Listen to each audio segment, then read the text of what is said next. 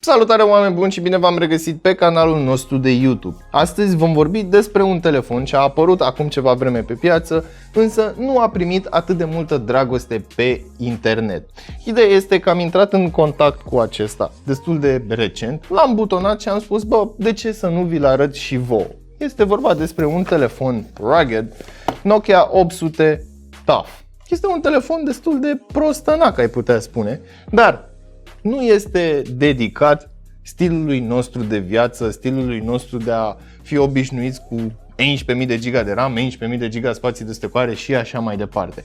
Însă, cu toate acestea, i-am găsit o utilitate practică, sau mai bine spus, un fel de a-l integra în stilul nostru de viață mai activ, să-i spunem așa, sau mai precis atunci când te duci să faci sport. În fine, hai să vedem despre ce este vorba cu acest telefon și să vorbim puțin despre ideea asta de telefoane rugged, pentru că, după cum bine știți, nu sunt cele mai performante telefoane de pe piață.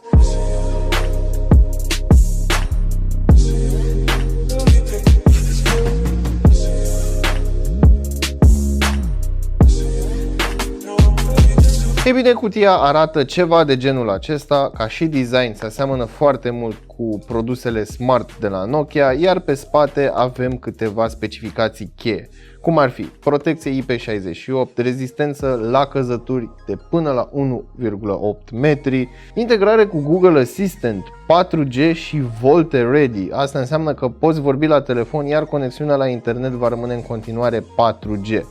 Cameră de 2 megapixeli, radio FM, un slot pentru card microSD și un App Store. Hai să-i dăm capacul deoparte, să-l scoatem de aici din cutie, unde suntem întâmpinați de telefonul în partea stângă și câteva instrucțiuni de instalare a cartelelor sau a unei cartele cu card microSD. Mi se pare drăguț că au inclus o soluție grafică sau niște instrucțiuni grafice. Hai să dăm telefonul deoparte. Momentan avem un carton cu o imagine care îți spune să nu folosești o șurubelniță să desfaci capacul telefonului, pentru că veți vedea pe spatele acestuia sunt 4 șuruburi și eu știu, poate unii dintre voi sunt foarte curioși. Mai avem o cheiță pentru acel sertar, foarte multă papetărie, iar aici în partea din dreapta mai avem un cablu și un încărcător. Cablul este micro USB, nu vom vedea USB tip C în această zonă de preț și cel mai probabil la genul acesta de telefoane. În orice caz este un cablu destul de scurt, iar aici avem și încărcătorul de 5V 1A. Iar acum hai să scoatem și telefonul. Cam așa arată dânsul. Dacă eram în liceu și aveam genul acesta de telefon, probabil eram cel mai cool din curtea școlii. Să ai un telefon pe care poți să-l lovești de toate suprafețele, să nu se strice, să nu se spargă, taste de cauciuc foarte tactile, cu iluminare albă, ok. Iar aici avem inclusiv ca un fel de gaică. Poți să agăți, eu știu, un lanț sau un șnur sau poți să-l agăți direct la pantalon dacă vrei. Pe spate, din nou, avem un material texturat. Asta înseamnă că este anti-alunecare, sigla de la Nokia și cele 4 șuruburi de care vă povesteam mai devreme și încă 4 care prind această plăcuță de jur împrejurul camerei. 2 megapixeli, flash și grila pentru difuzor, iar pe față îmi place că avem o mică simetrie. Aici este microfonul, iar aici este difuzorul pentru apeluri și, după cum puteți observa, sunt simetrice și designul este similar. Îmi place foarte mult această implementare. Pe margine mai avem din nou câte 3 șuruburi pe dreapta și pe stânga și o textură destul de interesantă care îți ține telefonul cu o aderență destul de bună în mână. Chiar îmi place designul, de ce să vă mint, îmi place foarte mult. În partea de sus mai avem o lanternă, o clapă ce acoperă micro USB-ul pentru transfer date și încărcare și încă o clapă ce ascunde un jack. Haha, surpriză, avem jack, ar fi fost ciudat să nu avem jack pe genul acesta de telefon. Aici este un sertar, iar sertarul acesta se scoate cu ajutorul acelei cheițe și poți să introduci, bineînțeles, cele două accesorii, ori două SIM-uri, ori un SIM și un card microSD. Bun, cam asta ar fi de spus despre telefon. La prima vedere îmi place foarte, foarte mult.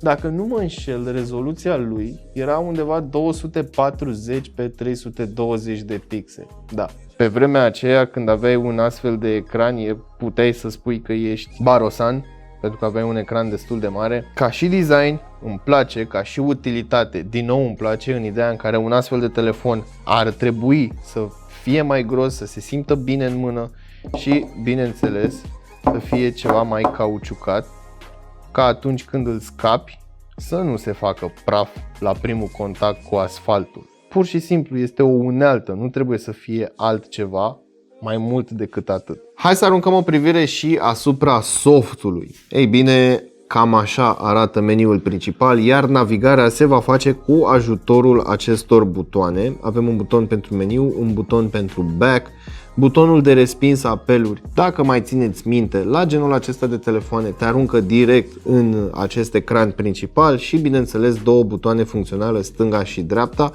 alături de sus, jos, mijloc, stânga-dreapta. Deci un pad direcțional pentru a naviga prin meniu. Bineînțeles, aici putem vedea sub formă de grilă, cum este acum, listă, ok, sau single view, unde trebuie să dai pe acest buton de 1000 de ori până când vrei să ajungi la iconița de care ai tu nevoie. În ceea ce privește interacțiunea cu acest dispozitiv, sincer, inițial am avut tendința să trag de status bar în jos, însă bineînțeles nu avem touchscreen, avem doar un ecran foarte micuț după standardele moderne. Hai să vorbim puțin și despre chestiile smart, să spunem așa, pe care le face acest telefon. Odată, integrarea cu Google Assistant, însă experiența este ceva mai limitată față de telefoanele obișnuite ce au implementat acest asistent. Google Maps, din nou, experiență limitată, însă telefonul are GPS și se poate ajuta și de rețea ca să te găsească pe tine atunci când te-ai pierdut pe stradă. Un Snapdragon 205 cuplat cu 512 MB RAM poate nu este cea mai bună combinație. Dacă țineți minte, Android Go are o versiune ceva mai light a aplicațiilor de la Google și aceea la rândul ei este ceva mai înceată. În orice caz, e bine de știut să știți și voi că aveți integrare cu Google Maps, Facebook, WhatsApp, Twitter. Practic sunt cele trei rețele de socializare majore. Ar fi fost drăguț să ai o modalitate să poți vedea și ce e pe Instagram, însă nu ai această posibilitate. Ca și funcții speciale, să spunem așa, dincolo de această lanternă și radioul care are nevoie de căști pentru a putea fi accesat, avem recorder, deci putem să-l folosim pe post de reportofon, calculator și un convertor de unități. Meniul este destul de simplist de utilizat, destul de intuitiv și cumva, dacă ai mai folosit un telefon cu butoane, te vei descurca fără absolut nicio problemă. Cam asta ar fi de spus despre sistemul de operare al lui Nokia 800 TUF, a.k.a. KaiOS.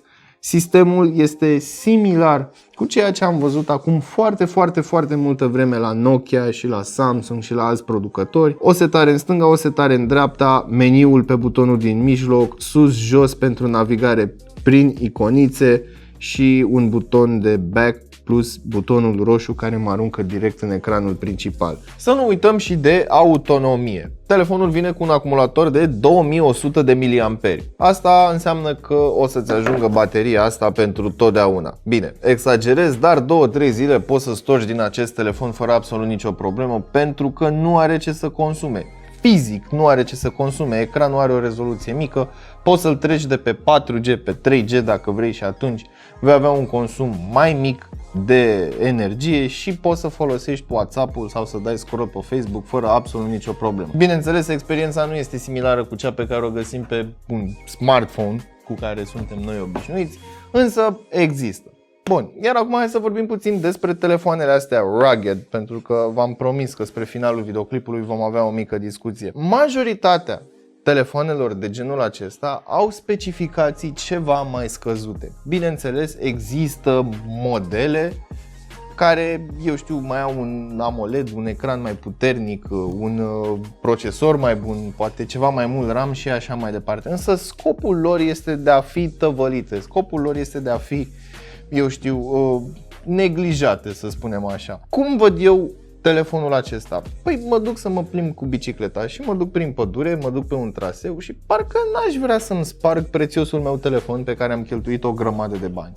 Așadar, pot să folosesc un astfel de dispozitiv, am Bluetooth, să pot să-mi conectez căști, pot să fiu apelat, pot să dau apeluri, am GPS, pot să ascult muzică și uite așa, dacă este, Doamne ferește, se întâmplă un accident, dau cu telefonul de pământ și nu se întâmplă absolut nimic. De asemenea, este valabil și atunci când alergi, cine știe, se poate întâmpla un accident, să-ți luxezi glezna, să calci strâmb, dacă ai telefonul prins aici, ai căzut așa pe ecran și l-ai spart.